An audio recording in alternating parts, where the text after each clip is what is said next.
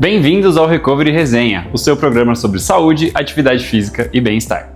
Eu serei seu apresentador, sou fisioterapeuta, especialista em esporte e vou trazer aqui convidados que irão contar suas histórias e vivências com atividade física e como ela pode melhorar o seu dia a dia.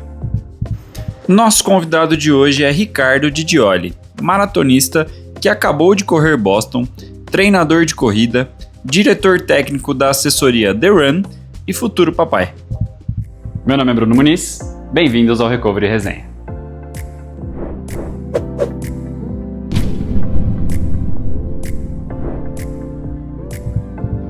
Então no episódio de hoje a gente vai gravar aqui no Instituto Olimpo, uma clínica multidisciplinar que fica em Moema, São Paulo. Aqui a gente tem medicina do esporte, fisioterapia, que inclusive é onde eu atendo, cardiologia, ortopedia, nutrição e dermatologia. Então uma clínica completa para você cuidar da sua saúde. Fechou? Bora pro episódio. Bem-vindos a mais um episódio do Recovery Resenha, o seu programa sobre saúde, atividade física e bem-estar.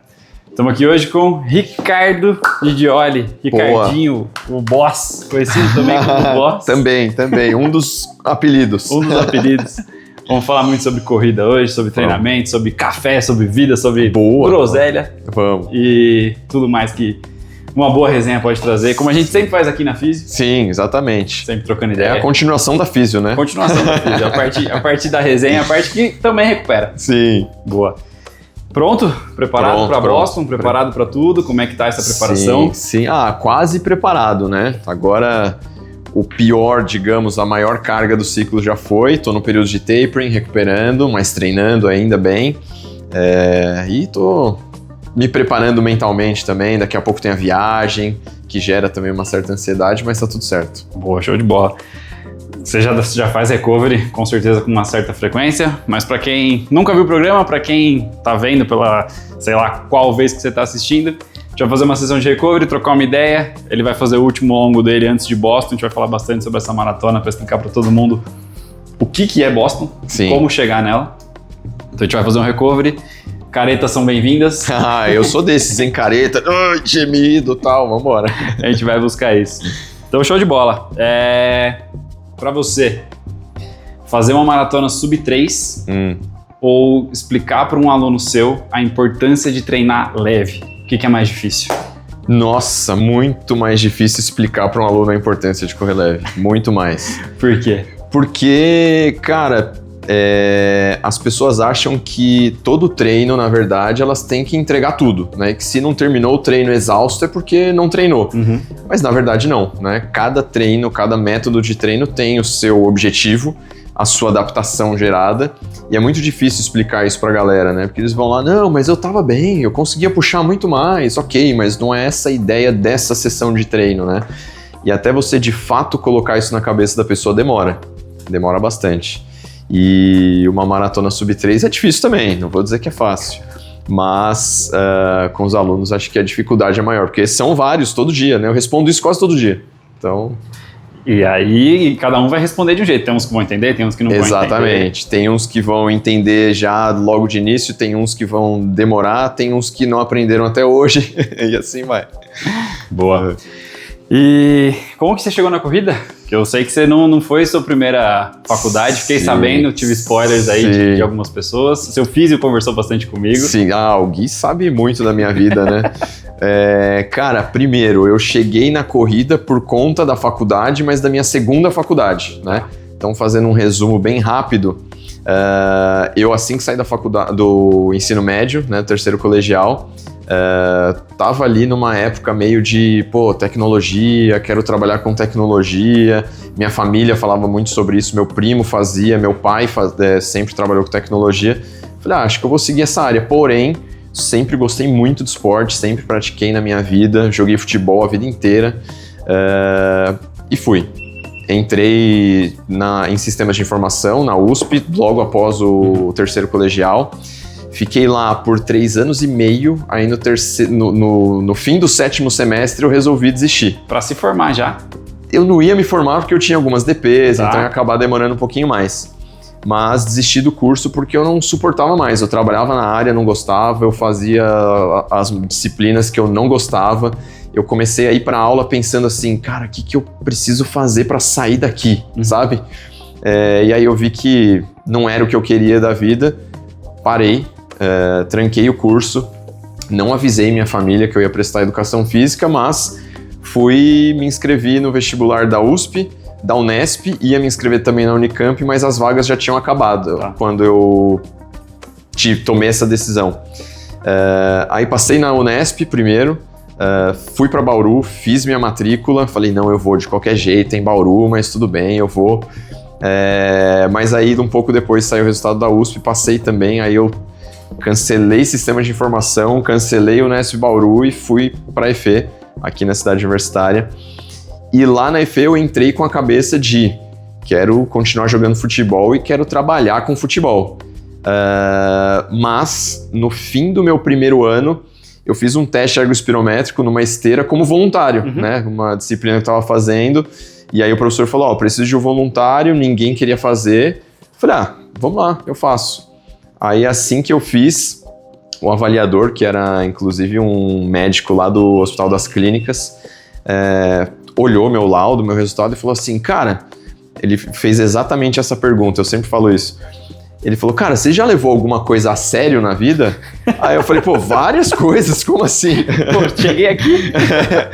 Aí ele, não, eu digo em termos de esporte, você já foi atleta, tudo mais? Eu falei, não, só pratiquei a vida toda, mas assim, sempre por gostar na escola, nunca joguei federado, nada disso. Isso era só futebol? Só futebol. Antes disso, teve um pouquinho de corrida, mas eu já conto isso. Tá. Aí ele pegou e falou, você tem parâmetros fisiológicos muito bons, seu VO2 máximo é alto, tudo mais, você conseguiu chegar numa intensidade aqui alta, então acho que você tem potencial. Você tem jeito, você tem potencial. Eu falei, bacana, fiquei com isso na cabeça.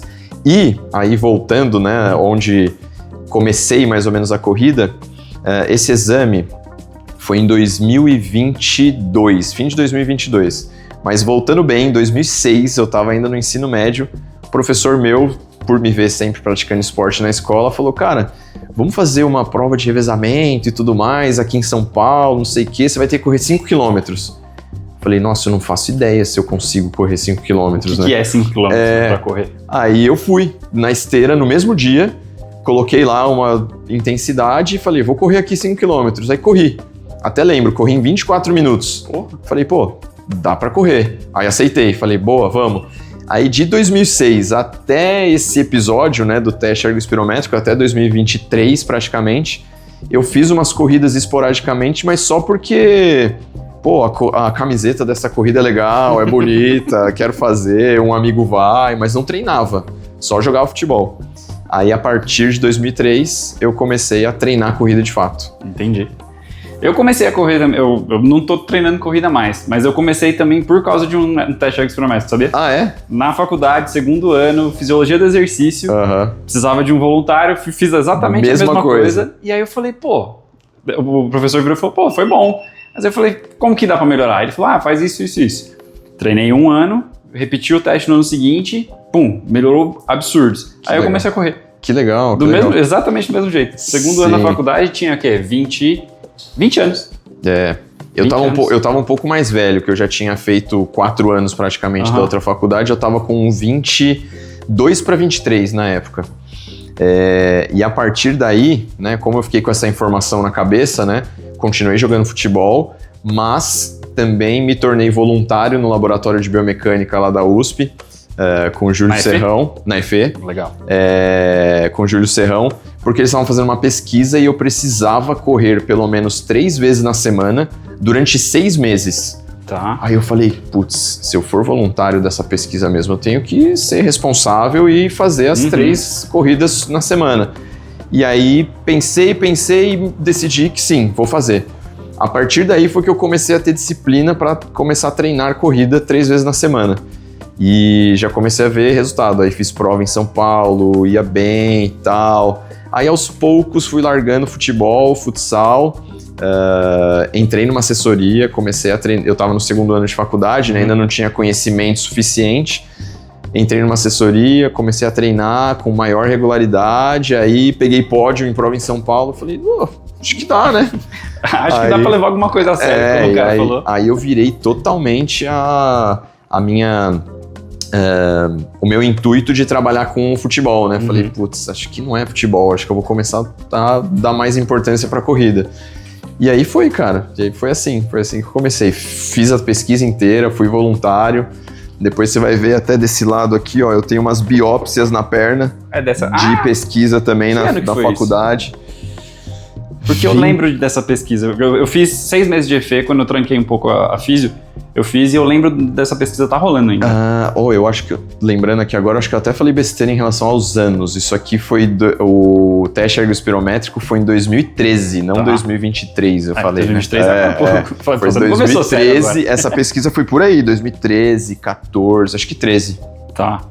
Eu acho que ela durou um pouco mais. Sim, durou bastante. Porque eu lembro, eu fiz EFE fiz as matérias no EFE em 2018. E eu acho que ainda estava rolando essa pesquisa. Pode ser. Ou era alguma coisa parecida, mas eu lembro. Tem alguns estudos lá que envolvem biópsia e tudo mais. E eu adorava fazer. Depois que eu fiz esse primeiro teste como voluntário, toda a disciplina eu era voluntário, professores pediam. Até a minha própria turma, né? Quando o professor falava assim, preciso de um voluntário, não sei o quê.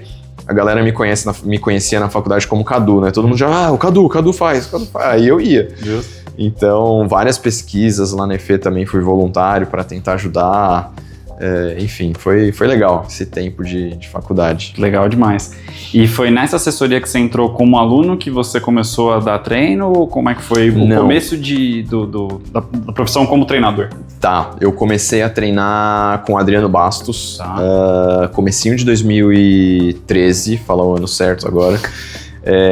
Aí eu fiquei com ele mais ou menos uns 5, 6 meses e logo em seguida eu tava dando aula de natação para crianças, trabalhando ainda com a minha profissão antiga e tudo mais para tentar me manter, só que aí no meio de 2013 eu participei de um processo seletivo na Run Fun e passei e comecei a trabalhar lá como estagiário. Aí eu saí como aluno do Adriano Bastos, comecei a estagiar na Run Fun e também a treinar junto com eles. Isso foi agosto de 2013, mais ou menos. Aí começou a minha carreira como treinador, né? Ainda estagiário, comecei a lidar muito com o público. Lá na EFE, a educação física é em período integral, né? Então eu comecei a dar treino de manhãzinha, ia pro Parque Vila Lobos, Parque do Povo, 6 da manhã, dava treino até umas 7h30 junto com o pessoal, saía para ir para EFE, começava as matérias lá 7h30, eu chegava atrasado todo dia, mas ia lá, chegava, fazia as disciplinas, passava o dia lá, treinava na hora do almoço, tinha disciplina à tarde, à noite ia de novo pro parque, geralmente pro Ibirapuera, também dava treino lá, depois voltava para minha casa, que na época era lá em Interlagos, dormia, no dia seguinte a mesma coisa, ia de manhãzinha pro parque, EFE o dia inteiro, parque à noite, e foi assim até 2015. Até 2015, fiquei 2 anos consecutivos. Nessa correria. Faculdade, Run Fun, até que surgiu uma oportunidade de um edital de intercâmbio lá na EFE. Tá. Eu já estava no comecinho do 4º ano já da faculdade, seria o último, e eu, como entrei um pouco mais velho na EFE, minha cabeça era, cara, eu preciso me formar o quanto antes, porque eu já tô velho e tudo mais, enfim. Nós, acho que de todo mundo que tá na faculdade. Exatamente. E também dinheiro pra trabalhar. Exato, e também até da sociedade, né? Pressão, né? Você precisa se formar cedo e trabalhar e vambora. E eu, com essa mentalidade, tinha acabado de pedir ajuda pro meu pai para comprar um carro, porque eu ficava me movimentando muito pela cidade, não estava conseguindo de transporte público, comecei a ir de bike, mas também cansava demais, que eram distâncias longas. Aí comprei um carro, parcelei em 60 vezes, e quando surgiu essa oportunidade do edital de intercâmbio, eu falei, putz, cara, não vou largar minha vida, eu já tô fazendo uma carreira aqui com a Run Fun, acabei de comprar o carro, daqui a pouco eu termino a faculdade, não vou. E eles selecionaram lá 5 pessoas da EFE, no meio do processo descobriram que uma das pessoas selecionadas não ia poder mais participar do processo, porque ela não cumpria um dos requisitos lá, que era a bolsa por mérito acadêmico, né? Tá. E parece que essa pessoa tinha uma ADP que não tinham visto. Aí eu peguei e falei, será? Aí eles abriram um novo edital para chamar mais uma pessoa. Eu falei, será, cara, que é eu um devo sinal? ir? Exatamente. Será que é um sinal? Será que eu devo ir? Vou tentar, né? Tentei, apliquei, consegui a vaga, mas até então a vaga era só para conseguir ter a gratuidade do ensino lá em Portugal, na Universidade do Porto. Mas eu não tinha dinheiro para todo o resto, viajar, se manter e tudo mais. E aí a USP abriu também um edital para bolsas, né? E eu peguei e falei, bom, vou tentar. Tentei, era inclusive um edital que envolvia a USP inteira, e lá na USP tem a média ponderada, né? Só que como são diversos cursos diferentes, eles fazem um outro tipo de cálculo para sua média ponderada se equivaler à média ponderada dos outros cursos, né? Aí eu também fiquei pensando, putz, cara, galera da medicina, vai ter uma galera. Não vai dar, tal, mas vou tentar. Aí das 60 vagas eu fiquei em 24º, consegui a bolsa, aí eu falei, acho que agora eu vou, Peguei, né? Vambora. Aí vendi o carro, saí da Ranfan, larguei tudo e fui. Fiquei lá de setembro de 2015 até março de 2016. Fiz 6 disciplinas lá, adorei, vivenciei também. Um dos meus professores lá dava treino para os melhores fundistas de Portugal, masculino e feminino, na pista da FADEUP, né, que é a Faculdade de Desporto da Universidade do Porto. Aí eu, curiosão, cheguei para ele, professor, será que eu posso acompanhar lá os treinos com você e tal? Ele, pode. Aí eu ficava lá, tomando tempo da galera, né, na pista, gritando com eles e tal. O professor prescrevia tudo e eu só tentava ajudar. Aí acompanhei bastante, foi ótimo, mas foi uma época que eu deixei um pouquinho de treinar corrida, porque faculdade, festa também, né? Você vai pro intercâmbio, você quer viver um pouco do... Tem que viver também. Frio, que eu fui no inverno. Sim. Aí eu deixei um pouco a corrida de lado, mas assim, consegui fazer muita coisa, viajei bastante. Fui para alguns países durante o meu período de aulas, mas quando minhas aulas acabaram, eu juntei o finalzinho do dinheiro que eu tinha, peguei uma mochila e fui para 12 países diferentes lá na Europa, viajei sozinho, encontrei algumas pessoas no meio do caminho até, voltei para Portugal e voltei para o Brasil. Aí nisso eu adiei um ano, né, a minha formação. Então era para eu me formar no fim de 2015, aí adiei para o fim de 2016. Aí nesse ano de 2016, quando eu voltei para o Brasil, eu tinha uma baita vontade de trabalhar com esporte de alto rendimento. E primeiro, eu voltei para a Ranfan, que assim que eu cheguei eu pensei, preciso de novo de dinheiro, manter minha vida, tudo mais. Eles abriram total as portas para mim. Voltei para lá, continuei trabalhando, mas procurando algo relacionado ao esporte de alto rendimento. E fui para o Pinheiros, bati por conta de um professor meu orientador, inclusive, de monografia. Fui lá no Pinheiros, fiquei uns 6 meses lá de graça, só indo, acompanhando, ajudando, aprendendo, até que eles me contrataram mesmo como estagiário.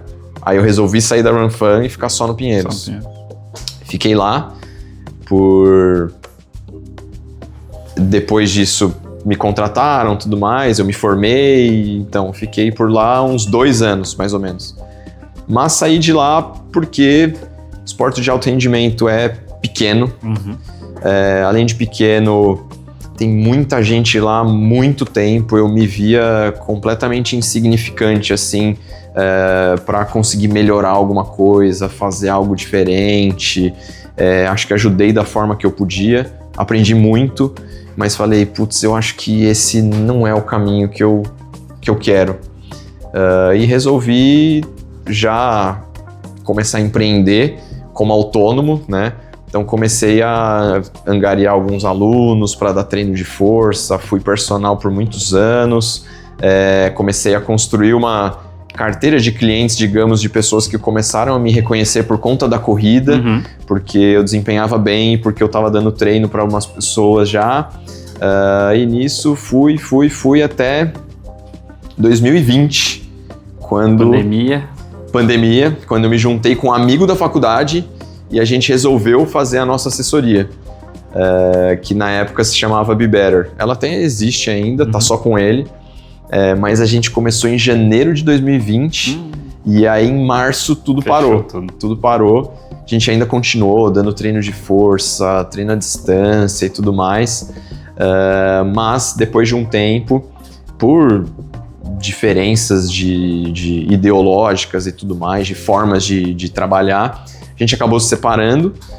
Ele ficou com a Be Better e eu continuei com o sonho de criar alguma outra coisa, mas que não era o momento ainda, porque durante a pandemia eu me vi sem alunos, né, sem assessoria, sem ganhar dinheiro, e como eu me movimentava por aí de moto para dar aula de personal e tudo mais, eu resolvi entregar a comida, né, delivery com a moto, para conseguir ganhar dinheiro. Aí fiz isso por uns 6 meses, então eu tava nessa época, quero só sobreviver, passar esse período da pandemia, e eu volto a, de novo, dar aula de personal, construir de novo meus clientes e tal.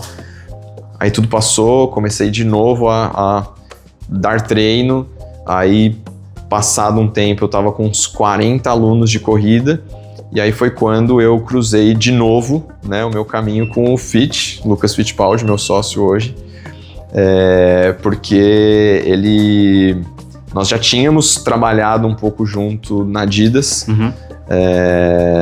numa época de Adidas Runners e tudo mais, e ele já tem um caminho grande com a corrida, corre há muito tempo, queria um dia voltar a trabalhar com isso de certa forma, mas ele não é da área, né? Ele é publicitário. Eu com uma vontade enorme de empreender, mas eu era muito mais, né, do que eu sou hoje. Eu era só um treinador, né? Hoje eu já tenho diversos outros conhecimentos. E aí ele, por que a gente não faz algo junto, né? Legal. E aí surgiu a The Run, que foi em 2022. Aí sim, o ano certo, 2022.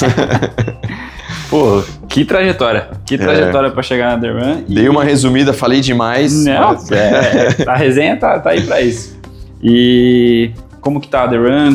Pô, tá curtindo empreender? Difícil? Sim, difícil. Mas é muito legal também, é muito gratificante, né? Sim. O começo, você sempre fica com medo, né, de fazer alguma coisa sem estar preparado ainda. Então, no começo eu tinha um pouco essa de, cara, ok, eu tenho meus alunos, mas eu já não conseguia dar conta de tudo sozinho, né? Mas, poxa, e aí, como é que eu vou fazer para, enfim, implementar um sistema de pagamento, para fazer isso, para fazer aquilo? E a gente só começou e as coisas vão acontecendo, vão fluindo. Você vai lidando com as adversidades, com os problemas. Como eu resolvo isso? Você resolve e vai fluindo, vai crescendo, né? Então, de fevereiro de 2022 para cá, a gente teve uma ascensão boa, grande, e muito por conta, acho que, das pessoas que a gente também encontrou no caminho, né?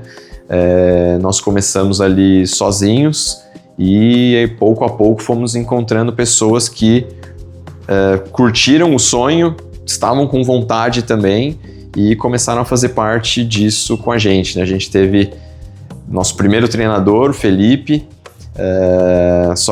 éramos só eu e ele, a gente tinha cerca de, 60 alunos no começo. Começamos a crescer, aí nós dois só já não dávamos conta do número de pessoas, começamos a procurar pessoas na área, mas muito difícil achar pessoas capacitadas, já com autonomia para prescrever e tal. Foi uma época difícil, mas aí achamos algumas pessoas, e principalmente por conta da EFE, a gente bateu na porta lá, gente, a gente precisa de... Vocês conhecem alguém que trabalha assim, queira fazer isso, trabalhar com corrida, com triatlon? Aí um lembrava de outro, tal pessoa, e no fim a gente foi encontrando bastante gente. E hoje, para resumir também a história, nós estamos com quase 500 alunos, cerca de 15 treinadores. Que animal. 3 são exclusivos do treinamento de força, os outros 12 são do treinamento de corrida, porque a gente nasceu com essa ideia de lidar direito com a individualidade biológica, né? Então, olhar para cada um dos seus alunos, entender inclusive também sobre a rotina deles, o trabalho, para conseguir prescrever baseado nisso também, né? Individualidade biológica, individualidade de rotina e ter uma proximidade com o aluno, né? E não só colocar lá a planilha semanalmente, copiar a mesma planilha para todo mundo e não falar mais com o aluno, né? Então, a gente acredita que para a gente conseguir manter essa qualidade, precisamos de pessoas, né? Então, temos vários treinadores, estamos ainda em busca de mais treinadores, porque a gente vê que o mercado está com muita gente correndo, né? Muita gente hoje já entendendo a importância de você ser bem amparado e orientado por um bom profissional de educação física e não que corrida é só colocar o tênis e correr. Então a gente está crescendo a equipe para atender bem essa galera e continuar com esses nossos pilares fundamentais, né? Individualidade biológica, proximidade com o aluno e individualidade também de rotina. E eu acho que falando exatamente disso, de não é só colocar um tênis e correr, acho que para quem está assistindo e que quer começar ou que já começou, mas ainda não tem esse suporte, acho que é muito importante entender isso, né? Sim. Não é só chegar, colocar o tênis e comprar o tênis mais caro, e comprar o relógio mais caro, e comprar a roupa mais cara, porque tá vendo influenciador postar. Exato. E tudo mais. O processo também é muito importante, né? Como que você vê, por exemplo, como que seria uma conversa com alguém que chegou hoje na The Run para treinar com você e a pessoa tem nada de experiência de corrida? Como que seria essa introdução do bem-vindo ao The Run? Sim. Primeiro a gente sempre faz uma anamnese, né, com o aluno, então questionário que envolve tanto dados pessoais quanto dados de saúde, histórico de atividade física, de lesão, entender rotina, isso é fundamental. E a gente sempre faz uma entrevista também com essa pessoa, ou presencial ou online, na maioria das vezes online, para que a gente tenha ali uma conversa tete a tete e a pessoa me conheça, eu a conheça, e assim a gente comece com o treinamento. Se é uma pessoa que está começando agora a jornada dela com a corrida, é fundamental explicar o período de adaptação. Ela agora vai começar, inclusive, mesclando, né, caminhada, corrida, pouco a pouco. Hoje, talvez por conta das redes sociais, a gente vê pessoas que querem começar a evoluir muito rapidamente porque viu que tal pessoa fez isso, mas cada caso é um caso, né? Muito diferente, por exemplo, você pegar uma pessoa que está começando hoje com a corrida, mas tem um histórico de atividade física zero na vida, e tá começando porque tá vendo que os amigos estão correndo, porque pelo hype da corrida. Pelo hype da corrida, porque percebeu também que é importante para a saúde dela. A pandemia mostrou muito isso também para nós. E muito diferente é uma outra pessoa que sempre teve o hábito da atividade física, tem um bom repertório motor, tem uma boa consciência corporal, são evoluções completamente diferentes, né? Então, entender quem é essa pessoa, todo esse histórico dela, e começar com calma. Tentar explicar para ela o correr leve desde cedo, desde aí. Começar a mostrar para ela também coisas importantes que hoje as pessoas desconsideram um pouco, que é correr baseado também na sua percepção subjetiva de esforço e não só no relógio. Porque é aquilo que você falou, as pessoas hoje querem começar comprando equipamento mais caro, com 1 milhão de métricas e não sei o que e tal. E não sabe nem como é que sendo que o básico, sendo que o básico ele não faz ainda, que é ter o hábito da prática, é conseguir colocar a corrida ou o treinamento 3 vezes por semana, ter recorrência, ter disciplina, sabe? Antes de qualquer outra coisa, de qualquer tênis caro, relógio, roupa, enfim. Então, geralmente é esse tipo de conversa que eu tenho com a pessoa. E aí, ao longo do nosso relacionamento, eu vou entendendo mais, ensinando mais, mas eu gosto sempre de ensinar sobre percepção subjetiva de esforço, né? Então, hoje a gente vai correr, eu não sei ainda o que é forte para você, o que é fraco, o que é moderado. Então, eu quero que você se baseie na sua percepção subjetiva de esforço. Mostro as escalas de percepção para ela, para que ela corra e me fale, olha, essa corrida foi nota 1, nota 2, esse estímulo foi nota 5, para ela começar a se perceber. Isso é muito importante na minha visão. É o que eu chamo de o autoconhecimento na corrida, né? Não adianta só você tentar seguir um pace, né, que é uma carga externa. Você tem que ouvir você também. Sim. Entender se aquilo para você tá fácil, não tá difícil. E daí vem todo o relacionamento que você constrói com o aluno, né? Boa, show de bola. Vamos continuar falando sobre treinamento, só que agora vamos virar a barriga para baixo e a gente continua a conversa. Beleza. Fechou?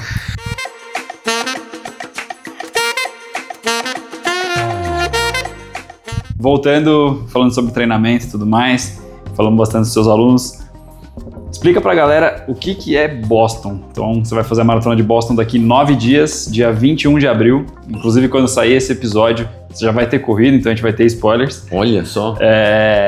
O que é a maratona de Boston e como que tá essa preparação pra lá? Legal, legal. A maratona de Boston, ela é a mais antiga das maratonas, né? A mais tradicional delas. E ela faz parte de um grupo, digamos, né, de maratonas das mais importantes do mundo que se chama Marathon Majors. Tá. Hoje são 7, né, dessas provas. Sydney, que é a mais nova, entrou no ano passado. Além disso, Nova York, Chicago, Berlim, Tóquio, Londres, isso, e Boston. Tá. Boston é a única delas que você precisa necessariamente ter um índice para correr essa prova. Então você tem que ter feito uma outra maratona de acordo com o seu gênero e com a sua idade, abaixo de um tempo determinado pela organização para você conquistar a sua vaga, né? Tá. Então tem toda essa mística também, né? Além de ser a mais antiga, é também talvez a mais difícil, né? Porque você não consegue por sorteio, por não doação, é só se inscrever não e é só você vai correr Boston. Exatamente, exatamente. Então, uma história rápida, né? Em 2018, apesar de eu ter feito minha primeira corrida, né, em 2006, depois voltar a treinar com bastante regularidade em 2012, 13, eu só fiz a minha primeira maratona em 2018, Tá. em Porto Alegre. E eu fui com o sonho de conquistar um sub-3, né? Fazer uma maratona abaixo de 3 horas. Fui lá para Porto Alegre, fiz em 2 horas e 49 minha primeira maratona. Bom demais. Quando ainda não existia o tênis com placa e tudo mais, eu não me hidratava direito, não suplementava, não tinha todo o conhecimento que eu tinha hoje. E aí, assim que eu fiz esse 2 horas e 49, o meu índice para Boston na época era 3 horas e 5. Tá. Eu falei, uau, consegui o índice, vou para Boston. Só que, cara, eu era, enfim, recém-formado, não tinha dinheiro e tudo mais, e fiz a inscrição. Só que aí depois eu fiquei bom, beleza, mas e agora? Como é que eu vou, né? Eu preciso pagar passagem, hospedagem em Boston é bem cara. E aí perdi essa inscrição, ia fazer essa prova em 2019, não fiz, e agora em 2025 vou de fato fazê-la. Boa. E como que tá a preparação para ela? Já que é uma maratona que já era para você ter feito lá atrás, como que tá a preparação, ansiedade e tudo mais? Preparação tá fluindo bem. Eu, de uns tempos para cá, resolvi me especializar, digamos assim, na maratona, né? Então, essa é a minha prova-alvo. Fiz algumas aí ao longo do tempo. Essa vai ser minha 12ª maratona. E ano passado fiz Berlim, consegui fazer meu melhor tempo em maratona lá, fiz 2 horas e 36. Nossa! E desde então, tô treinando para Boston. Legal. A preparação começou tranquila, eu conseguindo treinar bem, apesar de viver um período de calor aqui no Brasil, né? Eu comecei lá para dezembro, mais ou menos, aí dezembro, janeiro, fevereiro são meses muito quentes.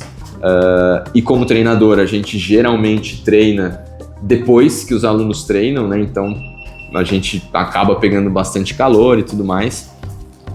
Consegui, enfim, colocar o volume que eu queria, fazer os estímulos que eu queria, mas no meio da preparação eu tive um imprevisto, que foi um dia correndo no Parque Ibirapuera, na trilha. Adoro correr lá, vou lá 3 a 4 vezes por semana. Conhece de olho fechado? Quase de olho fechado, porque não tava de olho fechado e torci o tornozelo na trilha. E, cara, me trouxe umas complicações no dia. Isso quanto tempo antes da prova? Olha, isso foi no comecinho de fevereiro. 2 meses antes da prova, então? 2 meses e meio. 2 meses e meio. 2 meses e meio antes da prova. Na hora que aconteceu, eu parei, tava doendo bastante. Aí eu sentei no chão, fiquei ali um pouco pensando, vendo se tinha sido algo grave ou não. Apesar da dor, eu falei, não, dá pra voltar a correr. E terminei meu treino. Era um treino leve e tal, terminei. Com um pouco de dor, é verdade, mas terminei. Só que aí no mesmo dia começou a inchar, como nunca tinha acontecido comigo. Falei, bom, aconteceu alguma coisa aqui, eu preciso descobrir e ficar atento, né? Aí parei, no dia seguinte não corri, já conversei com a Ana, minha esposa, que é médica, e agora fez pós em medicina esportiva, tá indo pra medicina esportiva, quer fazer a prova de título e tal. Aí ela, vamos fazer uma ressonância, vamos ver o que deu. Aí ela fez o pedido pra mim, fiz, descobri que eu rompi total 2 ligamentos. Total. Enfim, a dor foi melhorando aqui, muito bem atendido pelo guia aqui na Olimpo, ele foi me ajudando. Meu garoto. Monstro, São Paulino, gente boníssima. Ele me ajudando muito, foi melhorando, o inchaço saiu, o edema, o roxo saiu, mas sempre ficou ali um pouco doendo.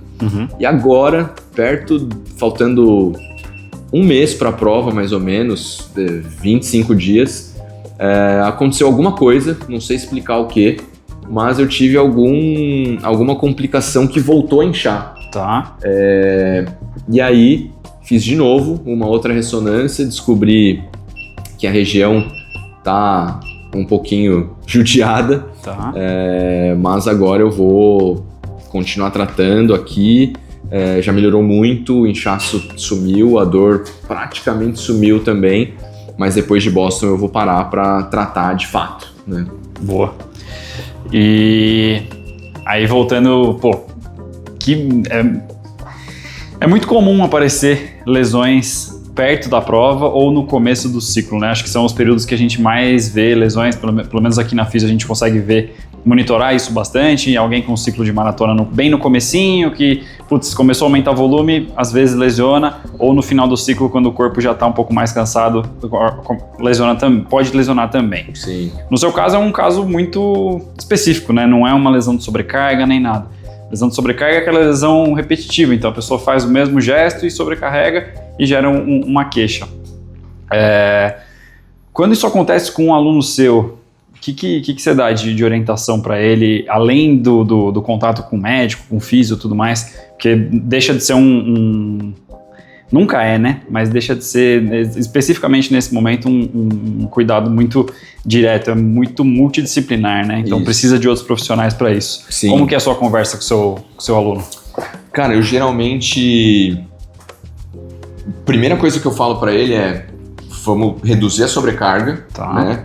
Acho isso fundamental. A gente não sabe ainda, assim que algo acontece, a gente não sabe exatamente o que é, né? Então, reduzir a sobrecarga eu acho que é o mínimo da prudência, né? E vamos entender, juntamente com a fisioterapia, o que pode ser isso. E aí com a físio analisa ali clínica da pessoa e tudo mais, às vezes, vamos fazer um exame ou não, enfim, e ver se essa pessoa pode continuar com os estímulos de corrida, né? Ou se ela deve parar totalmente, a depender da lesão, do laudo, da clínica e tudo mais. Então, essa é a minha primeira ação. Vamos reduzir sobrecarga e vamos conversar com a fisioterapia. Legal. Aí, eu até costumo falar muito para os alunos que quem vai determinar a nossa conduta agora é a fisioterapia. O que eles falarem que eu posso fazer, eu vou fazer. Se não, eu tô junto com eles, né? E acho que esse trabalho multidisciplinar é fundamental. Não só com a fisioterapia, né? Com a físio, com a nutrição, com a medicina esportiva, para a gente ter sempre um olhar 360 do aluno, né? Para quem consegue, tem disponibilidade e recurso para isso. Mas é sempre isso, vamos entender o que aconteceu, se você pode continuar treinando ou não, para a gente não agravar o caso, né? E hoje até é comum a gente ver muitas pessoas começando na corrida, querendo evoluir com muita rapidez, e isso também ser um grande causador de lesão, né?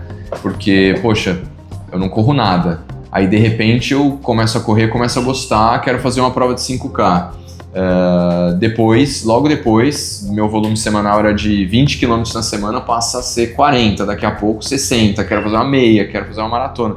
Isso, dependendo inclusive também do histórico da pessoa, batata, uma hora vai sentir um incômodo, vai sentir alguma coisa, então a gente não pode pular etapas do processo, né? O processo de treinamento como investimento, né? Longo prazo. Você não vai começar hoje para no dia seguinte estar rico, né? Você começar hoje para daqui a um tempão você começar a colher os frutos disso, né? Não, com certeza.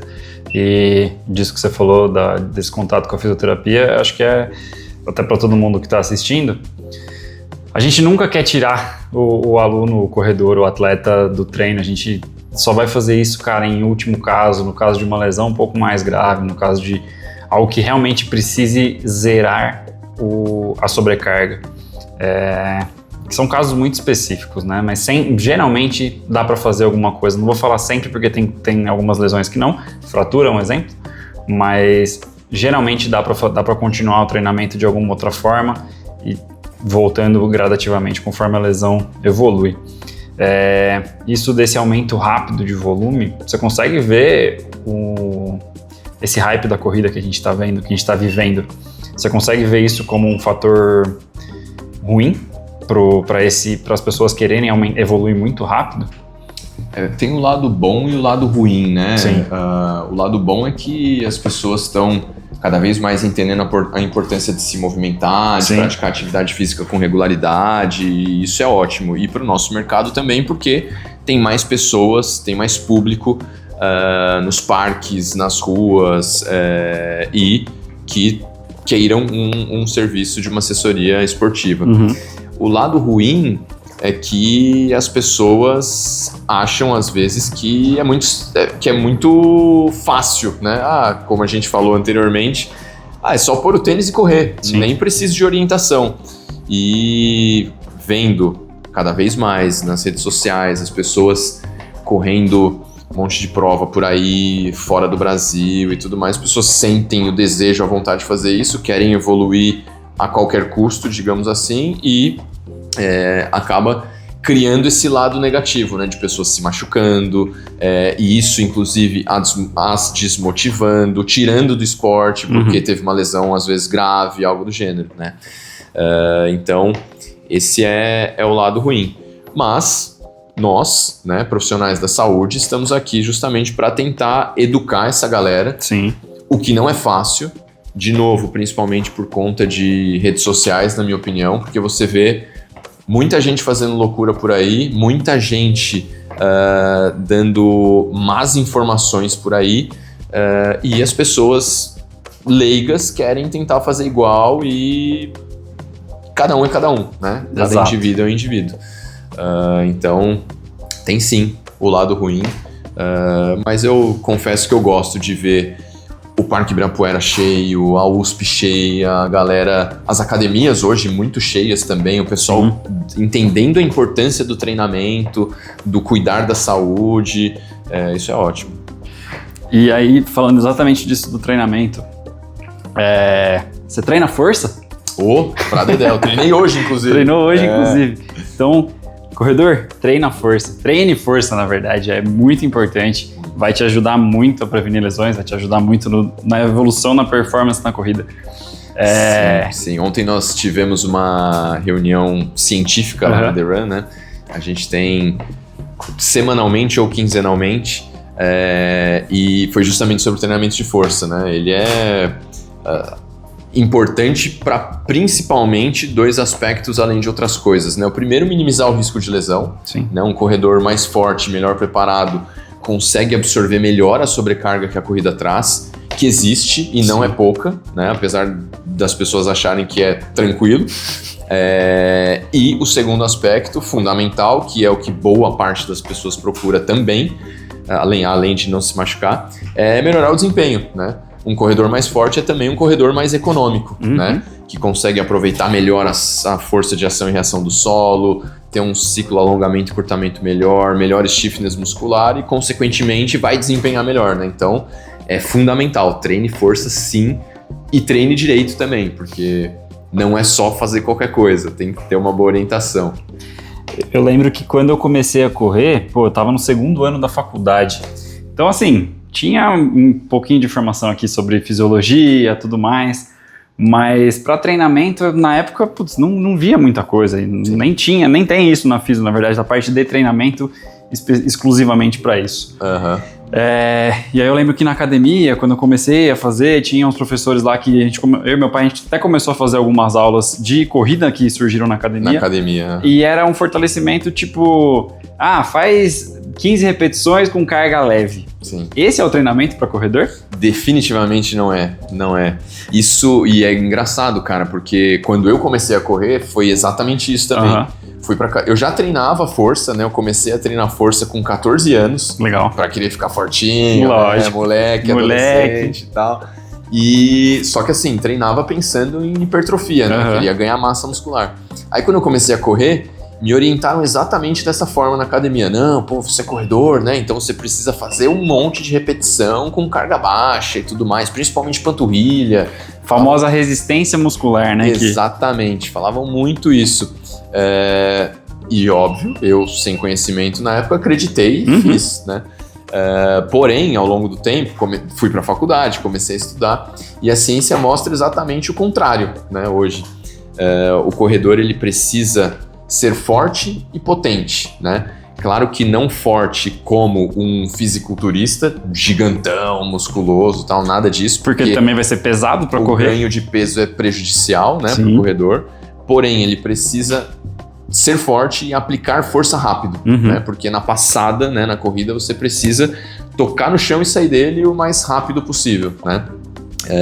Então, falando aqui bem de maneira resumida, o corredor precisa melhorar sua força básica antes de tudo, né? Então, ter um bom repertório motor, começar a treinar força, pensando ali em ganho de força geral, para depois a gente partir para a especificidade, né? Que é treinar força máxima, então carga mais alta, um menor número de repetições e um maior intervalo entre as séries, né? Porque não dá para você colocar uma carga muito alta e fazer com 30 segundos de intervalo. Você tem que se recuperar bem, é um estímulo inclusive neuromuscular, né? Sim.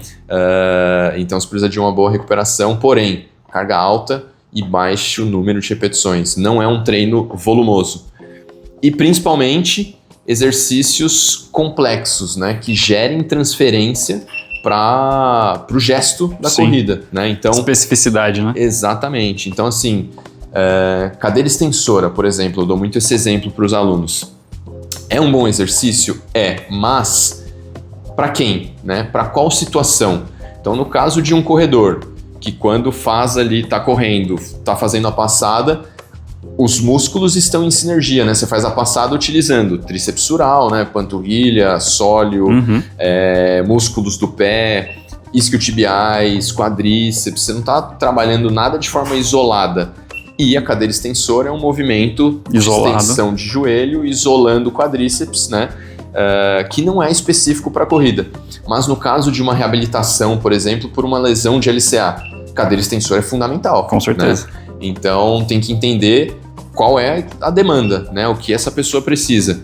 Então, no caso dos corredores, exercícios complexos como agachamento, levantamento terra, fundo, avanço, exercícios que envolvem toda a musculatura dos membros inferiores, né? E nada de maneira muito isolada. E, se possível, peso livre, fora de máquinas, trabalhando também em estabilidade, propriocepção, isso é fundamental. Que entra muito no trabalho que a gente na Fisio também faz, né? Então, nesse processo de, tá voltando de lesão, lesionou, vai pra Fisio, vai tratar. 99,9% das vezes a gente não vai ficar exclusivamente na maca, a gente vai já desde o começo já pensar em transferir para o movimento, já pensar em encaixar aquilo no movimento que a pessoa faz. Então, se vier um corredor com uma dor no tornozelo, a gente vai entender por que aquele tornozelo está doendo e já começar a transferir e construir todo o movimento, toda a sinergia que você bem falou, para aquele movimento acontecer da melhor forma possível. Então, nunca vai ser essa parte isolada, como você falou, a cadeira extensora é bom, depende para quem. Sim. Se você quiser só ficar forte, beleza, vai lá, faz o seu quadríceps vai crescer. Mas para o corredor realmente não vai ser o melhor, o treino, o exercício mais eficiente. E entra um pouco naquele medo também do corredor de, nossa, vou ficar muito pesado se eu treinar força. É mito isso, certo? Mito, e quando você fala para as pessoas, né, você precisa treinar com mais carga, porém fazer menos repetições, esse é o primeiro pensamento dele. Não. Mais carga? Não, vou ficar grande, eu ganho massa muito fácil. Pô, tem gente aí treinando há anos querendo ganhar massa muscular e tem gente que acha que fazendo 2 semanas vai... fazer um leg press com uma carguinha um pouquinho mais alta já vai falar, não, eu tô pesado. Eu ganho massa muito fácil. Mas não, é justamente o contrário. Se você o que a ciência mostra ali em torno de, não são números cravados, tá? Mas em torno de 8 a 12 repetições com uma carga alta e com um intervalo entre as séries pequeno, você gera estímulo de hipertrofia, né? De ganho de massa magra. Agora, quando você faz 5 repetições, 4 repetições do agachamento com uma carga bem alta, pensando em ter o máximo de velocidade na fase concêntrica, né? Então, no caso do agachamento, subir rápido, isso não gera estímulo de hipertrofia, gera um estímulo de força máxima para você ganhar força. Então, você não vai ter, você não vai ganhar massa muscular como você acha que vai, né? Então é isso, é saber direcionar o treinamento de força. Tem pessoas que no início, por exemplo, nunca treinou força na vida. Eu não posso começar com essa pessoa pensando em força máxima. Exato. Preciso começar do básico, inclusive às vezes aprendizagem, a pessoa às vezes não sabe nem agachar. Então você precisa às vezes começar numa cadeira extensora para ensinar essa pessoa a recrutar o quadríceps, depois recrutar isquiotibiais, depois colocar um exercício mais complexo, ela aprender o gesto do agachamento e assim vai. Então, mais uma vez, cada caso é um caso, né? E respeitar o processo, né? Não Exato. É porque o fulaninho postou lá que em 3 meses correu uma meia maratona que você vai conseguir. Exatamente. Show de bola. Vamos virar a barriga pra cima, colocar a bota e a gente continua conversando. Boa. Fechou? Vamos.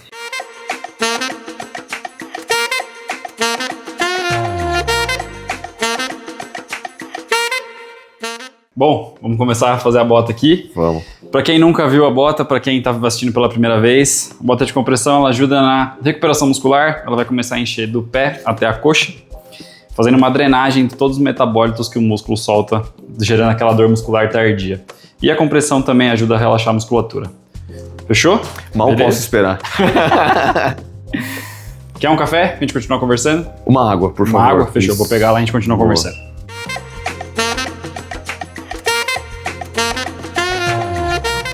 Seguinte, mudando um pouquinho de assunto, teve outra coisa que você descobriu nesse meio de ciclo para Boston, certo? Teve. Será que é o que eu tô pensando? Eu acho que é. Futuro papai. Futuro pai, exatamente. E aí, como é que tá o coração, a cabeça? Olha, vou te dizer que só de saber, né, de ter a notícia, a gente descobriu no finalzinho de janeiro, já começa a mudar a vida, cara. Você já começa a pensar em outras prioridades, nossa, o que eu preciso fazer a partir de agora, até mesmo recurso, né? Poxa, não, peraí, agora eu vou ter um filho, preciso pensar nisso, naquilo. Eu que ando muito de moto, hoje penso muito em vai na paz, eu preciso voltar para casa, eu tenho pessoas me esperando além da minha esposa, a Ana. Não sei, cara, muda muito a vida, muda demais. Pô, imagino, deve ser a chavinha tem que virar, sim, não tem jeito. Sim. E você acha que toda essa, na carreira de atleta,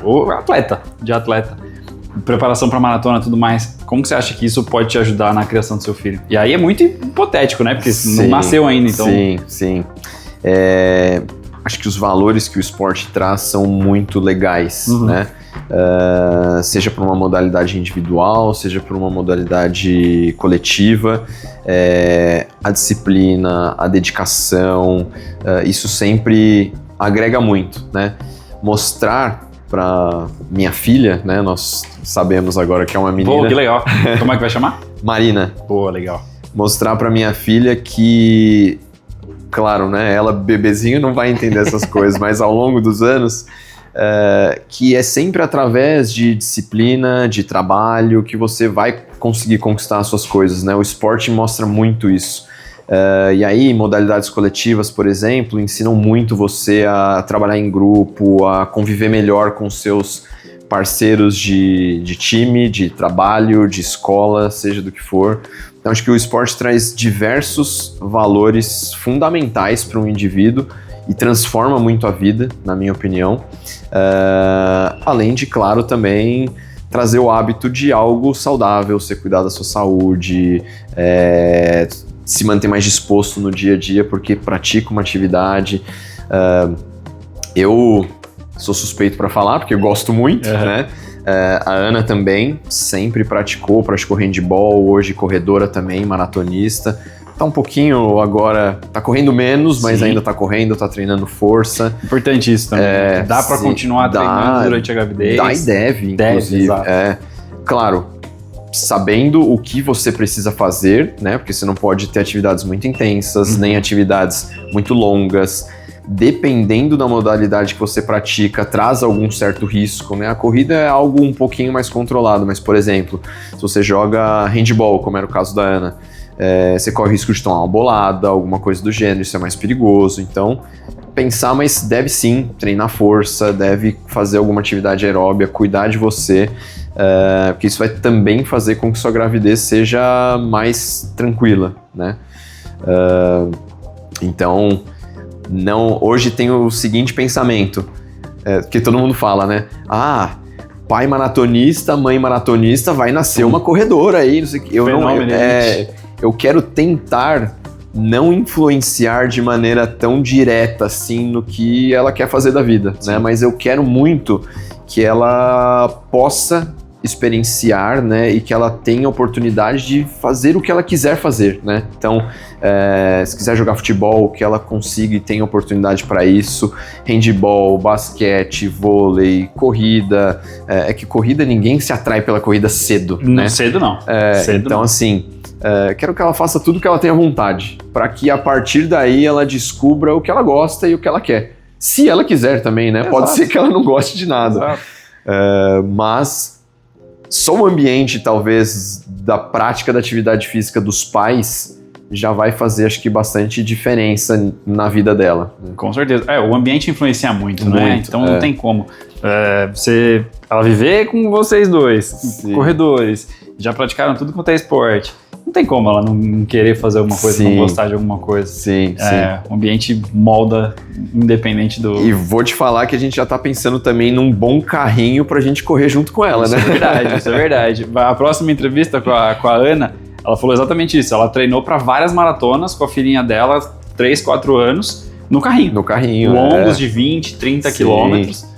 E no carrinho, a Duda acompanhando ela lá, super legal. E gera uma relação, cria uma relação completamente diferente. Cria muito. Hoje a gente vê mais isso, né?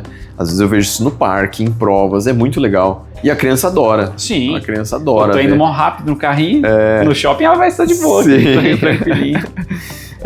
Mas muito legal, cara. Tô pensando muito nisso ultimamente.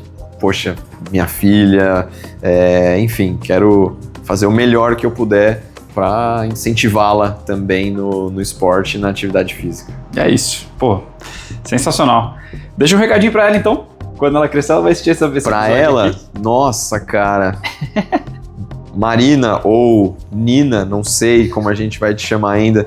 Eu espero que eu consiga fazer com que você experiencie muitas coisas na vida, forme sua própria opinião, faça o que você goste, seja quem você quiser ser, e eu vou estar sempre do lado para te apoiar, te ajudar no que for necessário. Da hora demais. Marina, seu pai é da hora demais, seu pai é muito gente boa. Fechou, Ricardinho? Fechou. Muito bom. Obrigado por ter aceitado o convite. Obrigado, Bruno. Que resenha, que da hora. Sim. Muito legal. Então, pra quem não segue o Ricardinho, vou deixar o Instagram dele aqui. Vou deixar o Instagram da The Run também. Você que tem interesse em começar a correr. Baita assessoria, baita trabalho. E vamos finalizando mais um episódio do Recovery Resenha. Obrigado por ter assistido. Se inscreve no canal, curte, deixa o seu comentário.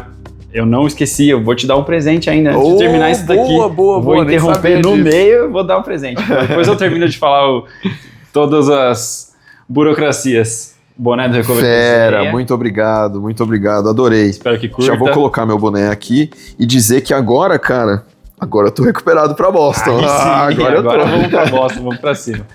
Então, se inscreve no canal, deixa seu comentário, qualquer dúvida pro Ricardinho, deixa aqui que eu passo pra ele responde no Instagram dele, responde no Recovery Resenha, curte. Segue a gente também nas redes sociais e é isso. Fechou? Obrigado, Ricardinho, mais uma vez. Não. Tamo Valeu. junto. Valeu. E é nóis. Beijo. Valeu. Ai, sim. Boa, obrigado, meu velho. Bom demais. Legal demais. Bom demais.